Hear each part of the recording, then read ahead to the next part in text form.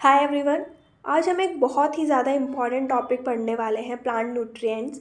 ना सिर्फ soil science के पॉइंट ऑफ व्यू से बल्कि पूरे एग्रीकल्चर का एक बहुत इम्पॉर्टेंट टॉपिक है प्लांट न्यूट्रिएंट्स। इसे ना सिर्फ कॉम्पिटिटिव एग्ज़ाम्स में बहुत सारे क्वेश्चंस आते हैं बल्कि जो हमारे एकेडमिक कॉलेज के एग्ज़ाम्स होते हैं उसके लिए भी ये बहुत इम्पॉर्टेंट टॉपिक है। तो इसमें मैंने कोशिश की है कि ऑलमोस्ट प्लांट न्यूट्रिएंट से रिलेटेड जो कुछ भी है वो सब कुछ मैंने इसमें कवर किया हुआ है। और इसकी एक प्लेलिस्ट भी मैंने बना दी है प्लांट न्यूट्रिएंट्स के नाम से।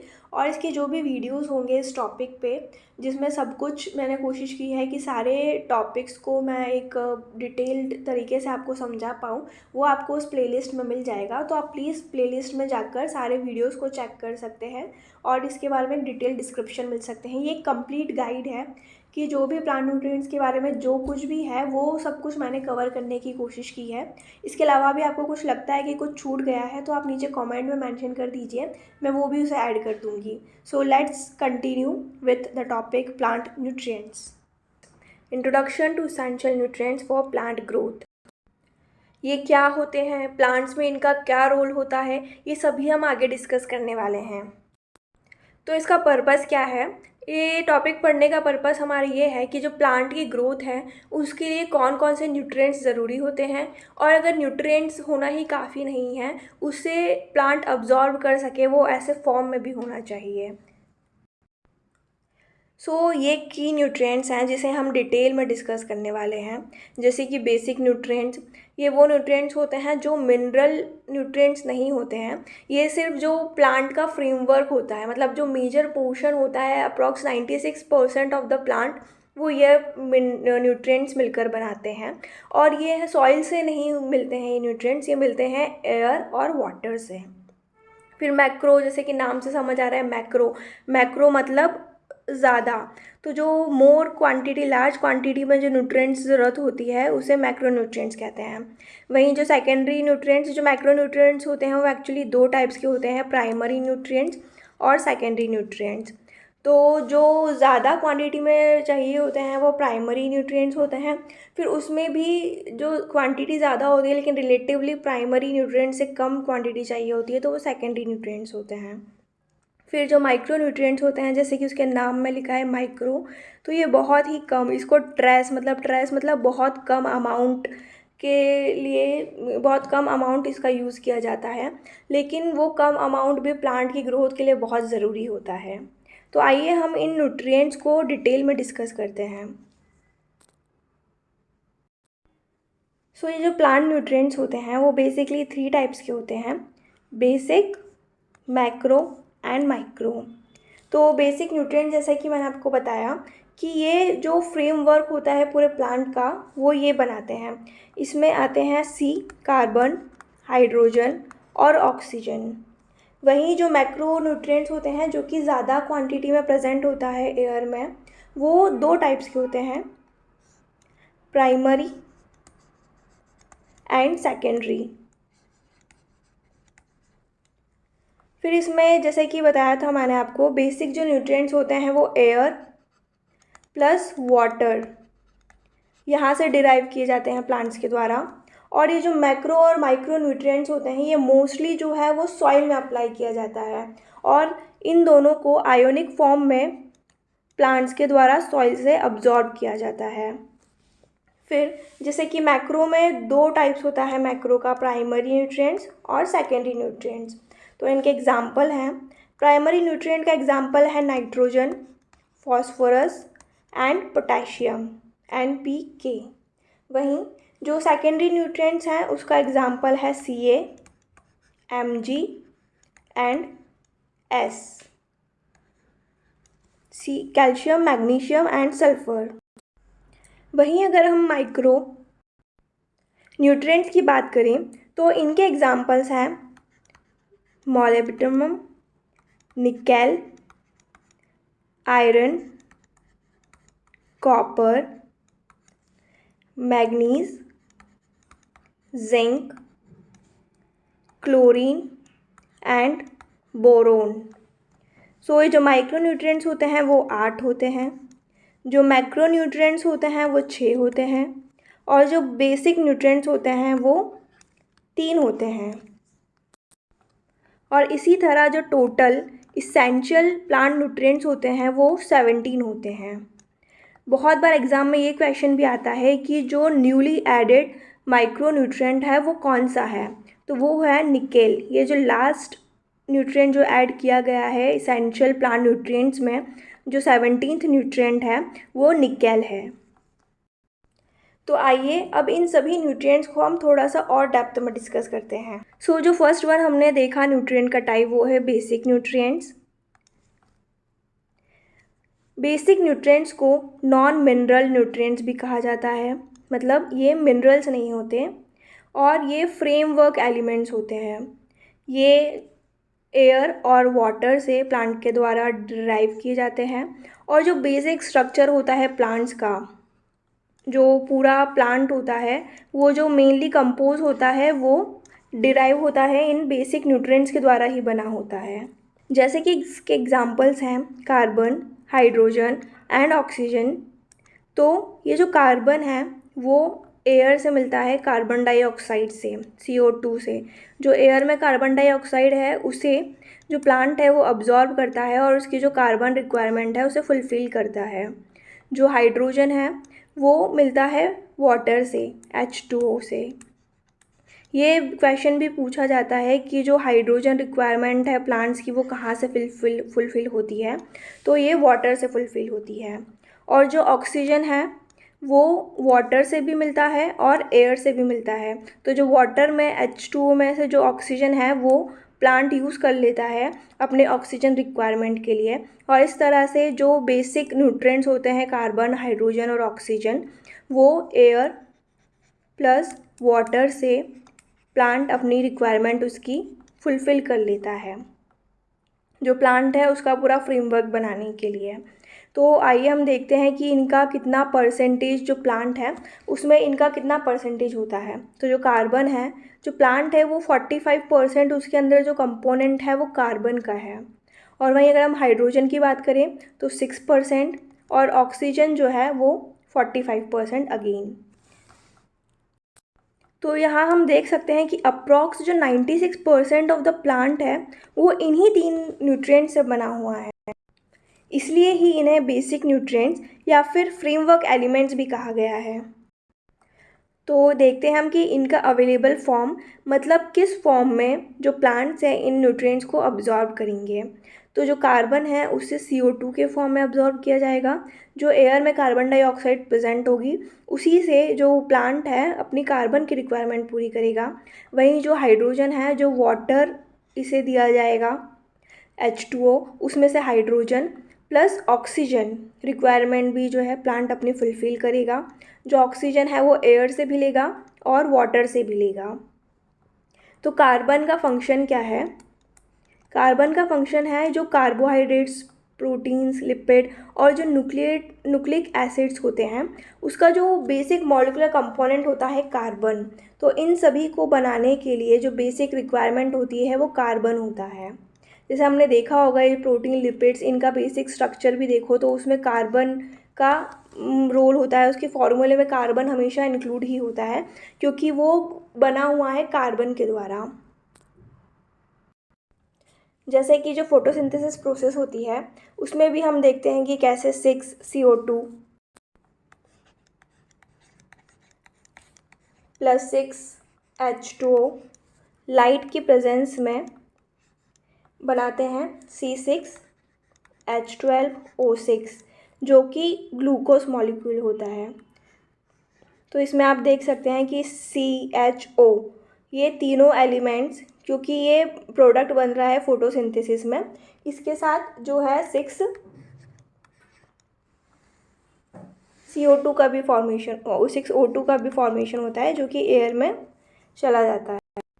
और ये जो ग्लूकोज है वो प्लांट स्ट्रक्चर में जो है वो एक्यूमुलेट हो जाता है और जो पूरा स्ट्रक्चर है उसका फॉर्मेशन करता है, उसकी ग्रोथ में हेल्प करता है। और वहीं हम हाइड्रोजन की बात करें तो ये एक रिड्यूसिंग एजेंट होता है। जैसे कि हम सबको पता है कि रिडक्शन क्या होता है, ऑक्सीजन का निकलना और हाइड्रोजन का ऐड होना। तो ऐसी बहुत सारी इक्वेशंस होंगी, फोटोसिंथेसिस और रेस्पिरेशन और जो भी मेटाबॉलिक एक्टिविटीज़ हैं प्लांट्स की, उसमें बहुत सारी केमिकल रिएक्शंस होती हैं जिसमें हाइड्रोजन का बहुत रोल होता है। वहीं हम ऑक्सीजन की बात करें तो ऑक्सीजन तो बहुत इम्पॉर्टेंट है रेस्पिरेशन के लिए। जो रेस्पिरेशन, जैसे हम रेस्पिरेशन करते हैं तो हम कार्बन डाइऑक्साइड रिलीज़ करते हैं। वहीं जैसे कि हमने फोटोसिंथेसिस रिएक्शन में भी देखा, तो जब प्लांट्स रेस्पिरेशन करते हैं तो वो रिलीज़ करते हैं ऑक्सीजन मोस्टली, और यही ऑक्सीजन हमारे लिए बेनिफिशियल होती है। तो जो ऑक्सीजन है उसका वाइटल रोल होता है रेस्पिरेशन में और एनर्जी एक्सचेंज करने में। तो ये जो ऑक्सीजन रिलीज़ कर रहा है वो एक तरह से जो प्लांट है अपनी एनर्जी रिलीज़ कर रहा है। तो ये जो एनर्जी एक्सचेंज हो रही है और रेस्पिरेशन में ऑक्सीजन का बहुत इंपॉर्टेंट रोल होता है। तो अभी हमने बेसिक न्यूट्रिएंट्स को डिटेल में डिस्कस किया, जो कि ऑलमोस्ट 96% जो था वो बेसिक न्यूट्रिएंट्स ही कंपोज होता है प्लांट उससे ही। तो बचा हुआ जो 4% है उसी में जो मैक्रो न्यूट्रिएंट्स और माइक्रो न्यूट्रिएंट्स और उनके जो सब टाइप्स हैं वो सब कंपोज करते हैं प्लांट्स में। तो जो मैक्रो न्यूट्रिएंट्स होते हैं वो दो टाइप्स के होते हैं, प्राइमरी न्यूट्रिएंट्स और सेकेंडरी न्यूट्रिएंट्स। और प्राइमरी न्यूट्रिएंट्स के हमने एग्जांपल देखे थे नाइट्रोजन, फॉस्फोरस एंड पोटेशियम। एक और बात है, जैसे पोटेशियम की स्पेलिंग पी से स्टार्ट होती है तो हम इसके लिए के क्यों लिखते हैं, तो के एक्चुअली इसका साइंटिफिक नेम होता है केलियम, इसलिए हम जो पोटेशियम है उसे के से डिनोट करते हैं। वहीं अगर हम सेकेंडरी न्यूट्रिएंट्स के एग्जांपल देखें तो उसका है कैल्शियम, मैग्नीशियम और सल्फ़र। जैसे कि मैक्रो न्यूट्रिएंट्स के नाम से ही हमें पता चल रहा है, मैक्रो मतलब ये जो न्यूट्रिएंट्स हैं वो लार्ज क्वांटिटीज़ में प्रेजेंट होते हैं प्लांट की ग्रोथ और डेवलपमेंट के लिए। इसे ज़्यादा क्वांटिटी चाहिए होती है, इन न्यूट्रिएंट्स की ज़्यादा क्वांटिटी चाहिए होती है प्लांट्स की ग्रोथ और डेवलपमेंट के लिए। So primary nutrients nitrogen, phosphorus and potassium. जो नाइट्रोजन होता है वो सपोर्ट लीफ और स्टेम ग्रोथ। जो भी वेजिटेटिव पार्ट की ग्रोथ होती है वो मेनली नाइट्रोजन के द्वारा ही होती है। और जो फॉस्फोरस होता है वो रूट डेवलपमेंट और एनर्जी ट्रांसफ़र के लिए। ये क्वेश्चन जो है वो डायरेक्टली एग्जाम में पूछ लिया जाता है कि nutrient which is responsible for root development and transfer of energy. तो आप याद रखिएगा कि फॉस्फोरस। वहीं पोटेशियम जो ओवरऑल प्लांट हेल्थ, जैसे इसमें इसका मेन रोल होता है डिसीज़ रेजिस्टेंस के लिए।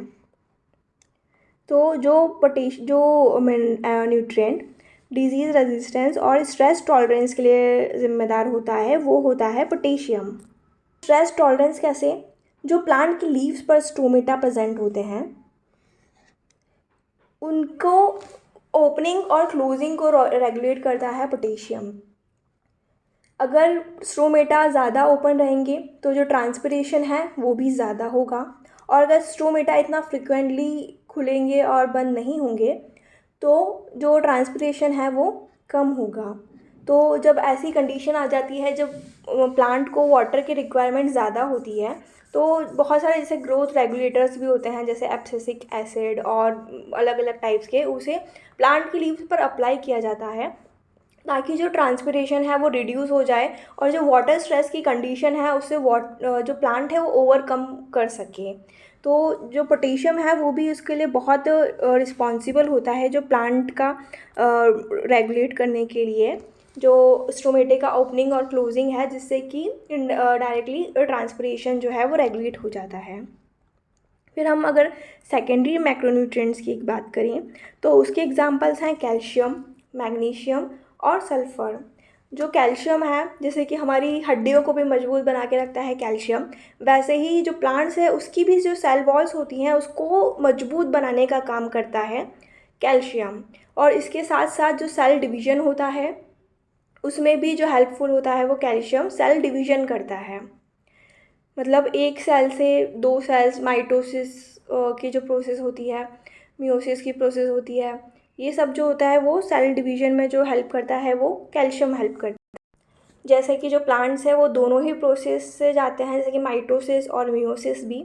तो जब उनकी वेजिटेटिव ग्रोथ उनको करनी होती है तो वो माइटोसिस होती है उसके अंदर। और जब सेक्सुअल रिप्रोडक्शन करना होता है, जैसे सीड फॉर्मेशन या ये प्रोसेस जब होती है, तो उसमें मियोसिस प्रोसेस होती है। तो that is a different topic जो कि हम अलग से एक पूरा डिटेल में डिस्कस करेंगे एक सेपरेट वीडियो में। सो लेट्स कंटिन्यू टू मैग्नीशियम। जो मैग्नीशियम है, so again that is again very important question कि जो सेंट्रल एलिमेंट ऑफ क्लोरोफिल, ये कितनी बार एग्ज़ाम में आ चुका है कि जो सेंट्रल एलिमेंट होता है वो क्लोरोफिल का, फिर उसमें आपको ऑप्शंस दे दिए जाते हैं। इसमें एक बहुत कंफ्यूजिंग ऑप्शन जो लगता है स्टूडेंट्स को वो होता है एक मैग्नीज, एम लिख कर दे देते हैं। तो अगर सेंट्रल एलिमेंट ऑफ क्लोरोफिल पूछें तो उसमें आपको मैग्नीशियम ही बोलना है। जो क्लोरोफिल के सेंटर में बिल्कुल जो एलिमेंट प्रेजेंट होता है वो होता है मैग्नीशियम। ओके। और ये इन्वॉल्व होता है फोटोसिंथेसिस प्रोसेस में भी इन्वॉल्व होता है। उसके अलावा सल्फ़र, जो सल्फ़र होता है वो प्रोटीन फॉर्मेशन के लिए बहुत इम्पॉर्टेंट होता है और इसमें एंजाइम फंक्शंस भी होते हैं। इसके अलावा जो ऑयल सीड प्रोडक्शंस होता है या प्रोटीन फॉर्मेशन होता है, तो उसके लिए बहुत इम्पॉर्टेंट जो एक मैक्रोन्यूट्रिएंट होता है वो सल्फ़र होता है। ओके। सो आइए अब हम इसको फंक्शंस के साथ उसे और बेटर स्टडी करते हैं। तो हमने जैसे जहाँ देखा था कि जो बेसिक न्यूट्रिएंट्स है कार्बन, हाइड्रोजन, फास्फोरस, वो 45%, कार्बन और ऑक्सीजन और हाइड्रोजन 6%, मतलब 96% जो था वो प्लांट का स्ट्रक्चर वो बेसिक न्यूट्रिएंट्स फ्रेमवर्क एलिमेंट से ही बना हुआ था। वहीं हम मैक्रो न्यूट्रिएंट्स की बात करें तो भले ही इसमें लिखा है कि large quantity of plant growth large quantity में प्रेजेंट होते हैं, लेकिन वो लार्ज क्वांटिटी भी कंपैरेटिवली माइक्रो न्यूट्रिएंट्स के कंपैरिजन में ये लार्ज क्वांटिटी होती है। फिर उसमें भी अगर प्राइमरी और सेकेंडरी न्यूट्रिएंट्स की बात करें तो उसमें भी जो प्राइमरी न्यूट्रिएंट्स है वो सेकेंडरी न्यूट्रिएंट्स से भी ज़्यादा क्वांटिटी में चाहिए होंगे। जैसे कि ये प्राइमरी न्यूट्रिएंट्स हैं इसे 1 से 5%, वहीं अगर हम सेकेंडरी की बात करें तो ये बिल्कुल 0.1, 2 और 5% पे आ गए सेकेंडरी न्यूट्रिएंट्स। तो जैसे नाइट्रोजन है वो 1.5 से 4% जो प्लांट का ड्राई वेट होता है वो नाइट्रोजन से बना होता है। वहीं फॉस्फोरस 0.1 से 0.5, देन पोटेशियम 1 से 5%, और जो कैल्शियम, मैग्नीशियम, सल्फ़र है वो 0.5, 0.2 और 0.1% रिक्वायरमेंट होती है। और इसकी अवेलेबल फॉर्म, जैसे कि जो क्रॉप है वो किसी भी, जैसे कि नाइट्रोजन है तो वो किसी भी, अगर आप फार्मूला और दे दें कि ये नाइट्रोजन इसे अब्जॉर्ब करेगा, तो ऐसा नहीं है। जो प्लांट्स होते हैं ये इन्हीं फॉर्म्स में नाइट्रोजन को अब्जॉर्ब करते हैं। उसमें भी ऐसा है कि मोस्टली जो प्लांट्स हैं उसे नाइट्रेट के फॉर्म में अब्जॉर्ब करते हैं, मतलब NO3 नेगेटिव के फॉर्म में प्लांट्स इन्हें अब्जॉर्ब करते हैं। कुछ क्रॉप्स होती हैं जैसे कि पोटैटो, जो इसको राइस, जो कि नाइट्रोजन को अमोनियम के फॉर्म में अब्जॉर्ब करते हैं। बाकी जो मोस्टली जो क्रॉप्स होती हैं वो उसे नाइट्रेट के फॉर्म में ही अब्जॉर्ब करती हैं। फिर उसके अलावा वो जो फास्फोरस है वो किस फॉर्म में अब्जॉर्ब करेगा फास्फोरस को, तो वो है H2PO4 negative and HPO4 2 negative. Potassium K+ के फॉर्म में, कैल्शियम Ca2+ के फॉर्म में, और मैग्नीशियम Mg2+ के फॉर्म में, और सल्फ़र SO4 2 नेगेटिव के फॉर्म में। एक और क्वेश्चन जो एग्ज़ाम में पूछा जाता है कि ऐसा कौन सा न्यूट्रिएंट है जो कि अब्जॉर्ब किया जाता है प्लांट के द्वारा एनायन और कैटायन दोनों ही फॉर्म में।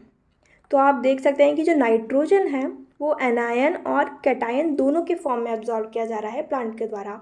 एनायन मतलब नेगेटिव चार्ज और कैटायन मतलब पॉजिटिव चार्ज। तो सिर्फ ये नाइट्रोजन ही है जो कि नेगेटिव और पॉजिटिव दोनों चार्ज के फॉर्म में प्लांट्स के द्वारा अब्जॉर्ब किया जाता है।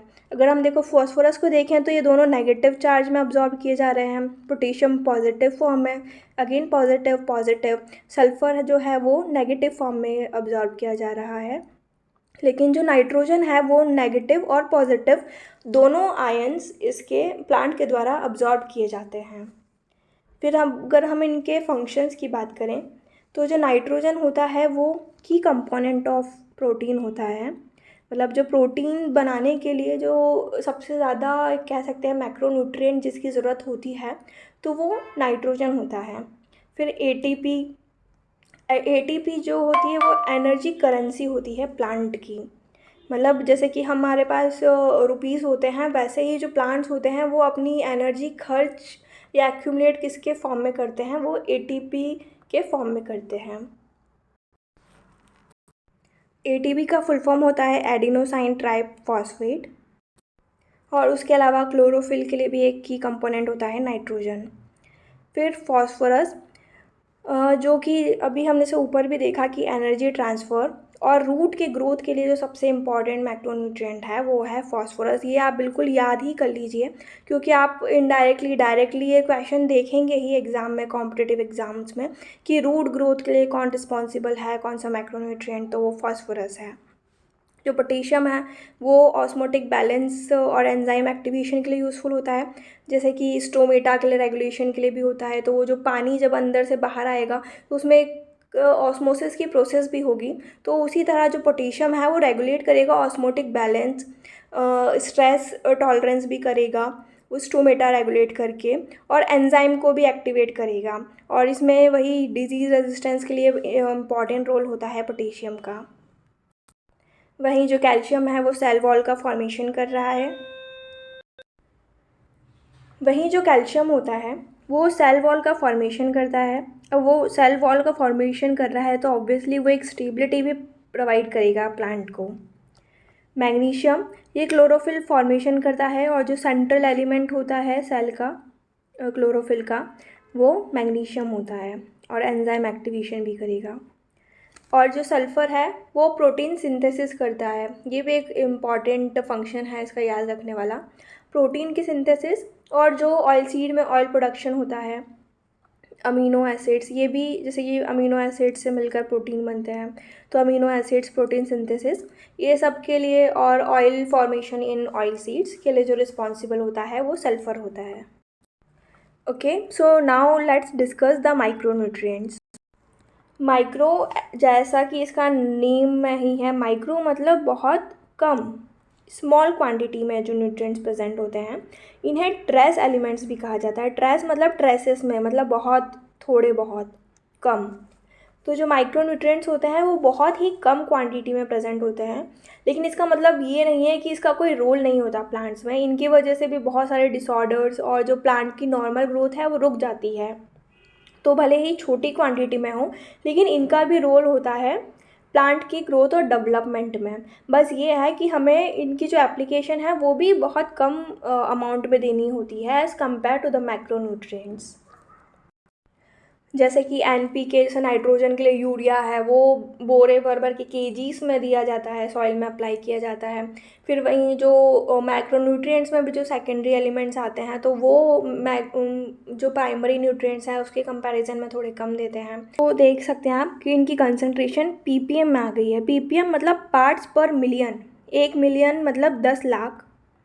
तो ये पार्ट्स पर मिलियन में दिया जा रहा है, मतलब बहुत ही कम क्वांटिटी में जो है इसे अप्लाई किया जा रहा है प्लांट्स में। जैसे आयरन को 50 से 150 पीपीएम, जनरली 100 पीपीएम हम याद रख सकते हैं।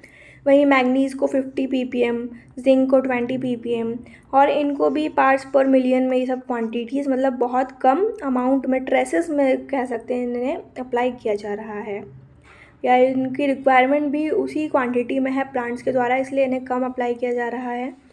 फिर अगर इनका रिसीवेबल फॉर्म, मतलब जिस फॉर्म में प्लांट्स अब्जॉर्ब करते हैं, वो देखें तो आयरन का है Fe2+ या Fe3+।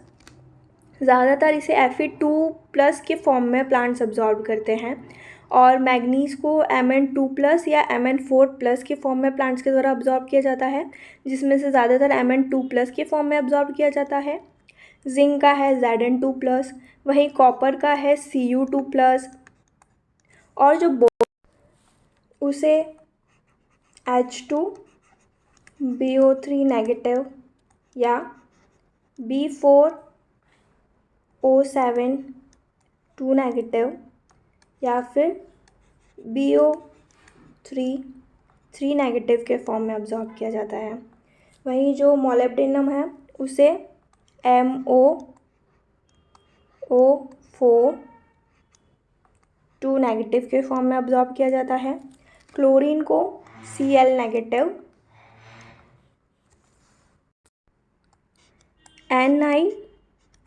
2+ के फॉर्म में जो निकेल है उसे रिसीव किया जाता है प्लांट्स के द्वारा। सो ये जो भी माइक्रो न्यूट्रिएंट्स हैं इन्हें फोलियर एप्लीकेशन या फिर सॉइल एप्लीकेशन या फिर फर्टिगेशन मतलब जो कि पानी आ रहा है इरिगेशन का उसी में फर्टिलाइज़र्स को ऐड कर देना, जैसे कि स्पेशली से ड्रिप इरिगेशन है तो उसमें फर्टिलाइज़र्स को भी ऐड कर देंगे तो वो इरिगेशन के साथ फर्टिलाइजेशन भी हो जाएगा तो उसे फर्टिगेशन कहते हैं। या फिर जो फर्टिलाइज़र्स हैं उन्हीं के साथ मिक्स कर दिया जाता है और इन्हें अप्लाई कर दिया जाता है। सो ये एप्लीकेशंस थी माइक्रो न्यूट्रिएंट्स की और न्यूट्रिएंट्स की। तो आइए अभी तक हमने जो पढ़ा न्यूट्रिएंट के बारे में उसको एक बार क्विक समराइज़ कर लेते हैं उनकी क्वांटिटीज़ के बारे में। तो जो मैक्रो न्यूट्रिएंट्स होते हैं प्राइमरी और सेकेंडरी, जो बेसिक न्यूट्रिएंट्स होते हैं वो तो हम अप्लाई नहीं करते, वो तो प्लांट्स खुद ही एयर से और वाटर से अब्जॉर्ब कर देते हैं। तो लेकिन ये जो मैक्रो और माइक्रो न्यूट्रिएंट्स हैं इन्हें अप्लाई किया जाता है, जिसे मेनली प्लांट्स के द्वारा सॉइल से अब्जॉर्ब किया जाता है। सो मैक्रो न्यूट्रिएंट्स जो कि 2 टाइप के हैं, प्राइमरी सेकेंडरी NPK CAMGS, ये लार्ज क्वांटिटी में रिक्वायर होते हैं, मतलब ग्राम्स पर kg ऑफ सॉइल या फिर परसेंटेज में। और जो माइक्रो न्यूट्रिएंट्स होते हैं वो बहुत ट्रेस अमाउंट में, मतलब बहुत कम अमाउंट में, मतलब मिलीग्राम, यहाँ हम ग्राम पर kg की बात कर रहे हैं, यहाँ पर मिलीग्राम्स में अप्लाई किया जाता है माइक्रो न्यूट्रिएंट्स को। और ppm में, यहाँ पे परसेंटेज में मेजर करते हैं मैक्रो न्यूट्रिएंट्स को, और जो माइक्रो न्यूट्रिएंट्स को हैं जैसे कि हमने देखा भी था उसे ppm में मेजर किया जाता है, मतलब पार्ट्स पर मिलियन में। और जो नॉन मिनरल न्यूट्रिएंट्स होते हैं जो कि मतलब बेसिक न्यूट्रिएंट्स CHO, इसे एयर या वाटर से लिया जाता है प्लांट के द्वारा। और फिर इन्हीं मिनरल्स में होते हैं मेटल्स और नॉन मेटल्स। मेटल्स के एग्जांपल हैं Ca Mg, iron, manganese, zinc, copper. और नॉन मेटल्स का है CHO तो बेसिक है तो ये नॉन मेटल ही है।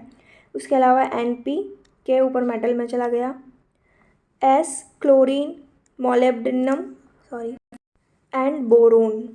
और ये बोरोन ही है जो हर बार एग्ज़ाम में आ जाता है नॉन मेटल का एग्जाम्पल में।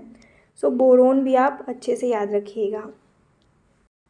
उसके अलावा जो माइक्रो न्यूट्रिएंट्स हैं उन्हें याद रखने के लिए मेरे पास एक फ़नी ट्रिक है, फ़नी या वियर्ड भी कह सकते हैं आप। तो वो ट्रिक है कि जैसे कि पहले मैं आप लोग को लिख देती हूँ सारे न्यूट्रिएंट्स, कि क्लब में जाकर मोनी ने फेंका मंजन।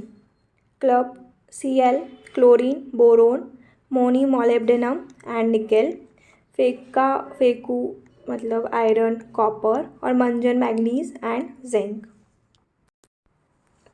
सो ये सब करना पड़ता है याद रखने के लिए, तो आप इसे चाहे तो ऐसे याद रख सकते हैं। सो अभी हमने डिस्कस किया 17 इसेंशियल न्यूट्रिएंट्स को। उसके अलावा भी कुछ एलिमेंट्स होते हैं जो कि प्लांट की ग्रोथ के लिए ज़रूरी होते हैं, उनका ओवरऑल डेवलपमेंट को इन्हांस करते हैं, तो उन्हें बेनिफिशियल एलिमेंट्स कहते हैं। ये इसेंशियल नहीं होते लेकिन ये इनके एप्लीकेशन से प्लांट्स को बहुत बेनिफिट होता है, उनके कुछ फंक्शंस होते हैं जो इन्हांस हो जाते हैं। तो जो 17 हमने इसेंशियल एलिमेंट्स पढ़े, जो निकल के ऐड होने के बाद 17 हो गए, उनके अलावा कुछ बेनिफिशियल एलिमेंट्स भी हैं जिसे हम डिस्कस करते हैं। तो पहला है सिलिकॉन। सिलिकॉन जो है सेल वॉल को मजबूत करता है, और जो ड्रॉट रेजिस्टेंस है, जैसे कि हमने पढ़ा था कि जो पोटेशियम है वो भी इन्वॉल्व है ड्रॉट रेजिस्टेंस के लिए, क्योंकि वो स्टोमेटा को रेगुलेट करता है। तो बेनिफिशियल एलिमेंट्स में भी कौन सा न्यूट्रिएंट है जो कि ड्रॉट रेजिस्टेंस को इम्प्रूव करता है, तो वो है सिलिकॉन। वहीं हमने सेल वॉल को स्ट्रेंथन करने में पढ़ा था कैल्शियम के बारे में, कि जो कैल्शियम है वो सेल वॉल को मजबूती प्रदान करता है और स्टेबिलिटी प्रदान करता है। Next one is cobalt. ये बहुत इंपॉर्टेंट होता है नाइट्रोजन फिक्सेशन के लिए। अगेन वेरी इंपॉर्टेंट क्वेश्चन, कि कौन सा एलिमेंट, बेनिफिशियल एलिमेंट इम्पॉर्टेंट है नाइट्रोजन फिक्सेशन के लिए, so that is cobalt. Then sodium जिसे हम Na से डिनोट करते हैं, ये रिप्लेस कर देता है पोटेशियम को, K+ को। बहुत सारे जो प्लांट स्पीशीज़ होते हैं उन्हें सोडियम जो है वो रिप्लेस कर देता है पोटेशियम को बहुत सारी प्लांट स्पीशीज़ में, जिसका एग्जांपल है हेलोफाइट्स। अब ये हेलोफाइट्स क्या होते हैं?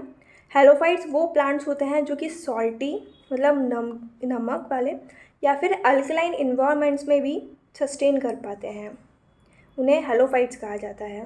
मतलब बेसिक जो है पीएच 7 से ऊपर, अल्कलाइन मतलब 8.5 पीएच से ऊपर जो सरवाइव कर पाएंगे वो हेलोफाइट्स होते हैं। हेलोफाइट्स के एग्जांपल है जैसे सी शोर्स या जो मार्शी लैंड होता है, मार्शेस, या फिर जो सलाइन सैमी डेजर्ट्स टाइप के होते हैं वो हेलोफाइट्स होते हैं। ये बहुत कम ही इनका पॉपुलेशन है हेलोफाइट्स का। उसके अलावा वैनेडियम है। जो वैनेडियम होता है वो इसेंशियल होता है C4 प्लांट्स के लिए। तो अब ये C4 प्लांट्स क्या होते हैं? C4 प्लांट्स वो होते हैं जिनमें C4 साइकिल होती है। C4 साइकिल जैसे जनरली जो सोरगम, मेज़, बाजरा, शुगर केन, जो ड्राई और एरिड रीजन के प्लांट्स होते हैं उनमें C4 साइकिल होती है। इसके अंदर क्रैंस एनोटेमी प्रेजेंट होती है। इसका जो फर्स्ट स्टेबल प्रोडक्ट होता है वो OAA होता है, ऑक्जेलिक एसिटिक एसिड। वहीं अगर हम C3 की बात करें तो उसमें PGA होता है। तो ये साइकिल्स होती हैं, ये फिजियोलॉजी का एक पार्ट है, उसमें हम कभी डिस्कस करेंगे इन साइकिल्स के बारे में। Okay, let's now discuss the classification, nutrient का classification by their roles in plants, कि उनके रोल के हिसाब से हम उनका क्लासिफिकेशन डिस्कस करते हैं। तो पहला है स्ट्रक्चरल एलिमेंट जो कि हम पढ़ते आ रहे हैं फर्स्ट स्लाइड से ही, CHO, कार्बन हाइड्रोजन ऑक्सीजन, जो कि बेसिक कंपोनेंट है ऑफ लाइफ का। उसी के ऊपर ही 96% जो है वो प्लांट बना हुआ है। इनके बिना प्लांट सर्वाइव नहीं कर सकता क्योंकि जो जो फ्रेमवर्क है प्लांट का वो CHO से ही बना है। Accessory structural plants NPS, nitrogen, phosphorus and sulphur, जो कि एसेसरी स्ट्रक्चर मतलब स्ट्रक्चर एलिमेंट्स में एक सहायक का जो रोल है वो अदा करते हैं ये। तो ये टिश्यू ग्रोथ को भी सपोर्ट करते हैं। फिर है रेगुलेटर्स एंड कैरियर्स, रेगुलेट जो करेगा प्लांट ग्रोथ को, पोटेशियम, कैल्शियम एंड मैग्नीशियम, ये एंजाइम एक्टिवेटर्स या न्यूट्रिएंट ट्रांसपोर्ट भी करते हैं।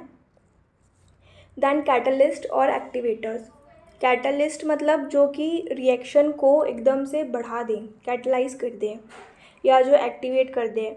जो भी मेटाबॉलिक प्रोसेस होती हैं, जो प्लांट्स होते हैं उनके अंदर कुछ ना कुछ प्रोसेस होती रहती हैं जिससे कि उनकी growth, development, overall food production और उनका जो सर्वाइवल है वो डिपेंड करता है, इवन टेम्परेचर रेगुलेशन और सब चीज़ें।